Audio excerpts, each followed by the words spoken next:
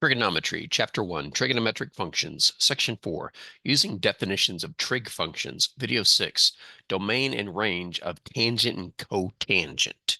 This series is based on content from Pearson's Trigonometry, 12th edition by Lial, Hornsby, Schneider, and Daniels. In the previous videos, we discussed the domain and range of sine and cosine. We derived our results analytically by examining the definitions of sine and cosine. In this video, we discuss the domains and ranges of two more trig functions, tangent and cotangent.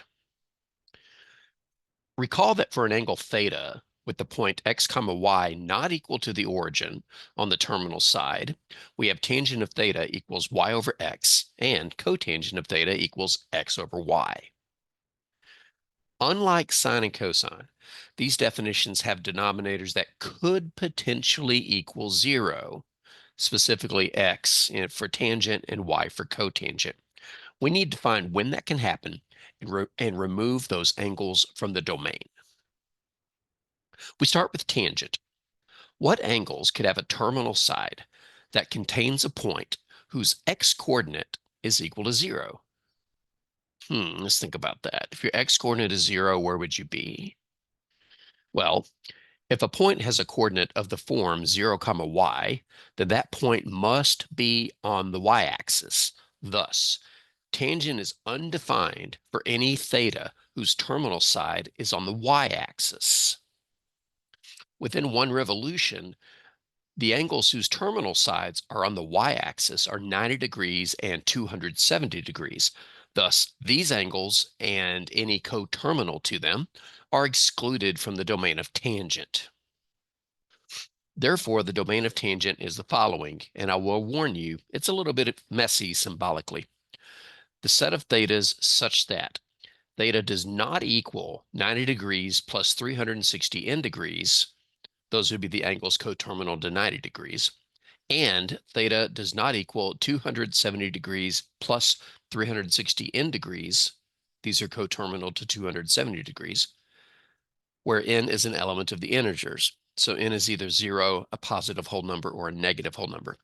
But again, this is just a fancy way of saying all the thetas, except the angles coterminal to 90 degrees or 270 degrees. Just remember, tangent is undefined on the y-axis.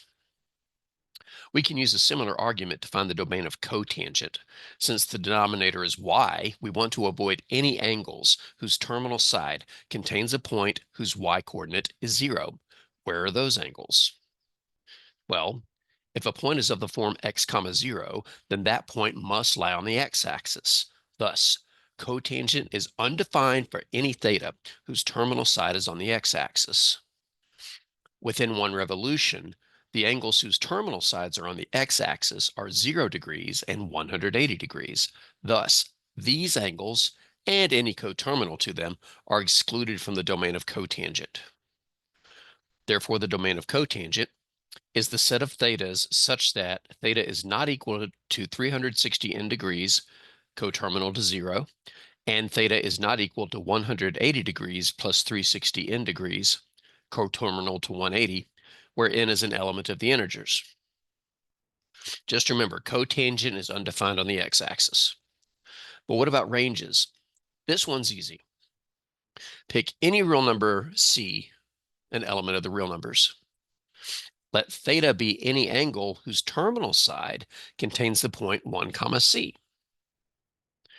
Then tangent of theta equals c over 1, which is equal to c. Thus, c is in the range of tangent.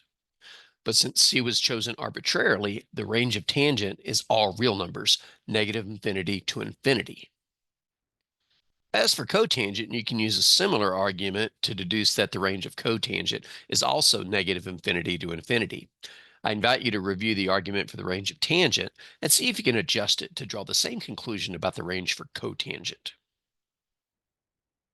Here's a summary of the domains and ranges of sine, cosine, tangent, and secant. In the next video, we will complete this table. Now you try. Pause the video and try the following. Which of these are not in the domains of tangent or cotangent? Pause it, give it a try.